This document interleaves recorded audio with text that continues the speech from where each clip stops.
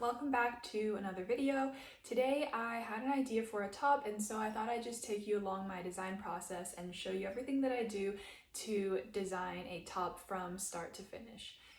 Here on this channel, I like to make clothing that is stylish as well as wearable, and so if that resonates with you, please give this video a like and subscribe to my channel.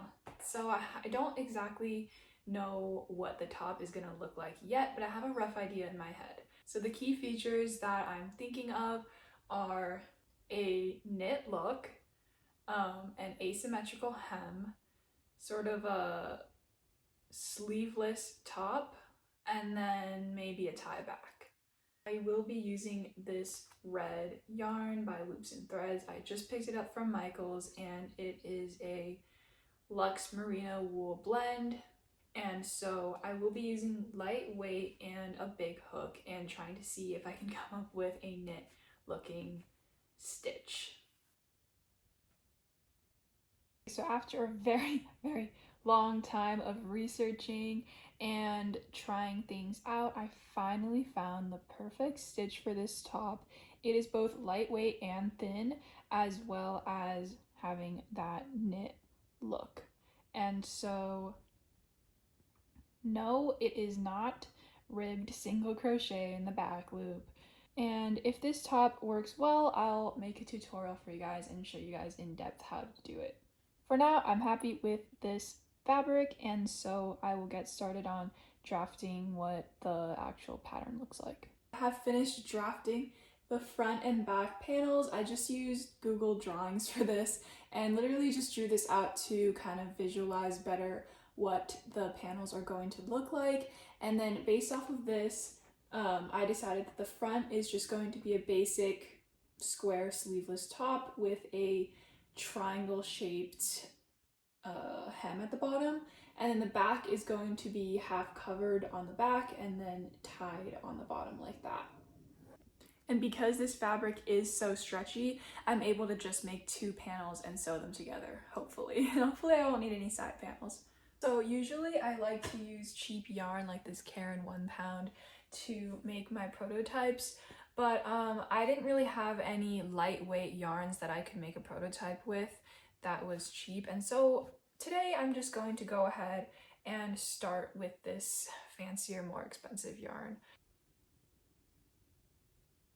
All right, 15 inches. I'm proceeding to just crochet along the chain. This top is crocheted vertically, meaning that I'll just increase at the end of the rows in order to make that triangle shape. So usually I don't really write down or do any math to figure out the slope of that triangle, but since today I'm really trying to make this work, I'm going to show you how I do the math. So I'm going to measure what I want the width of the front panel to be. It's going to be the width around my rib cage divided by 2.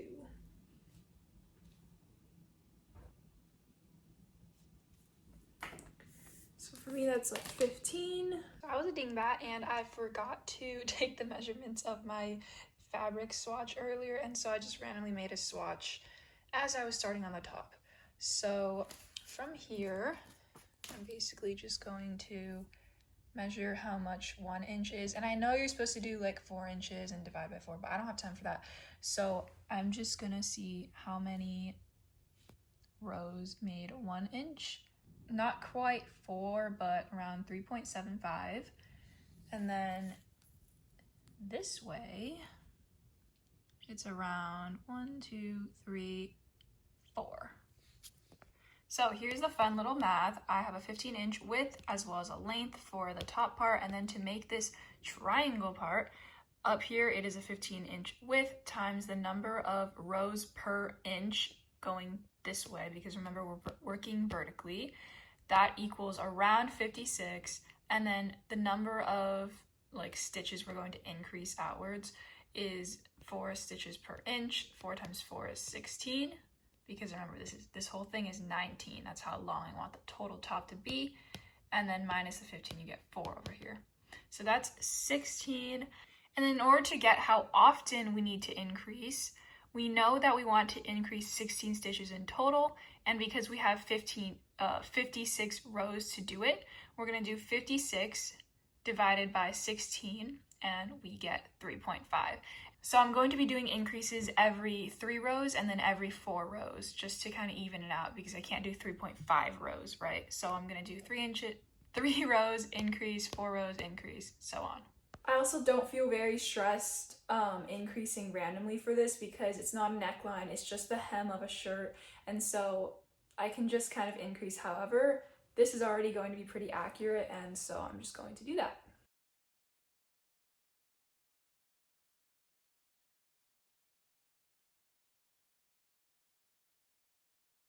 So it has been a few days. I thought I'd give you an update on the top.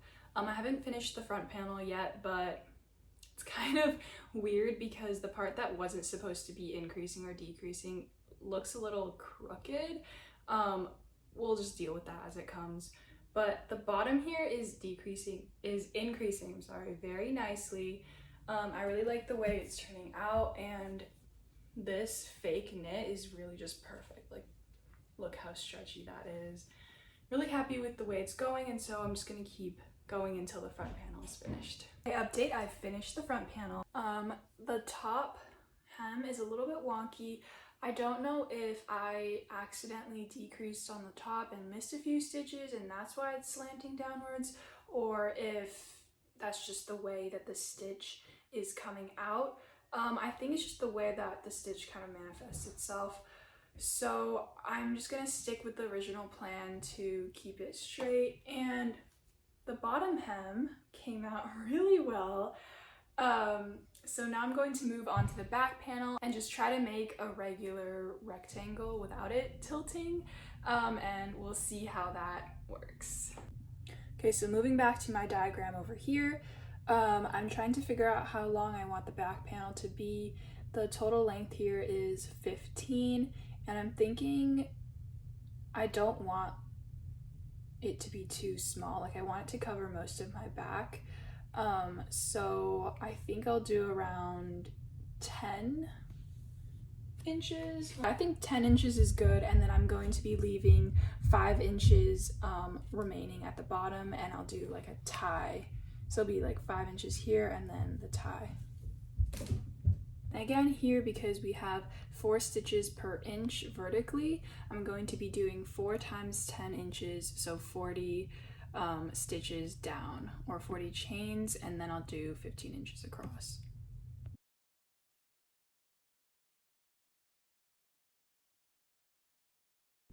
Ah, you guys, you might hear the 4th of July fireworks in the background, but I just finished the back panel and I have my front panel right here in front of me, and so I'm now going to basically just sew them together. The back is actually a lot shorter than I thought, but hopefully it stretches out to be a nice length.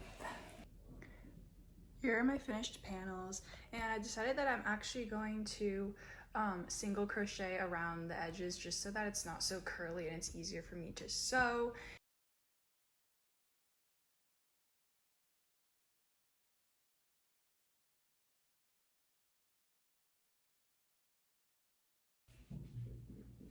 So I just tried it on for the very first time just to kind of see if it's hitting where I want it to. Unfortunately, the back is very short. I'm not sure if it will change when I sew it together, but not sure if that's I don't know, maybe it'll work because I will have like a string down here to tie it. But so I was kind of disappointed about that. If the bag is too short, I'm just gonna add some rows of like lacy crochet underneath, and I think that'll be really cute as well. But overall, super happy with the way this fits and stretches, and just very happy with this stitch in general. The bottom hem also turned out super well. So I am going to continue because I am pretty happy with this top.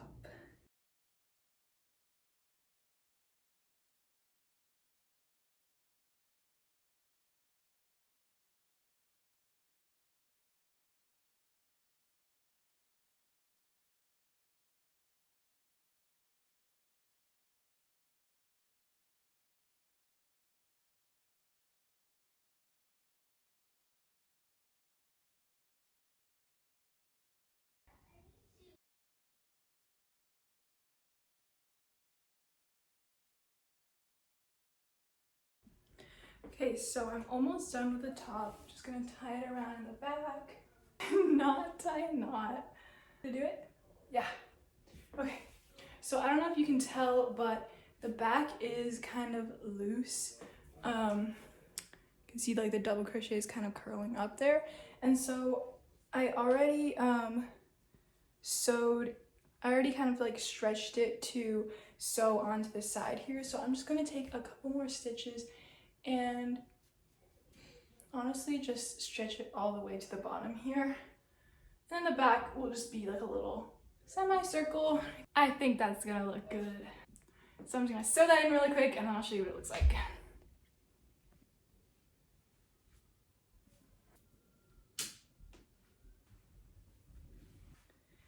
I love it. Definitely wish that this was a bit longer. I think I thought that it would like stretch out this way even though it didn't. I kind of wish it was like this long, but it's cute. Definitely gonna be wearing this a lot. And the back ended up being really good. Really happy with the top, and that actually wraps up this video as well. So thank you so much for joining me today. I will see you in the next video. Have a wonderful day. Bye.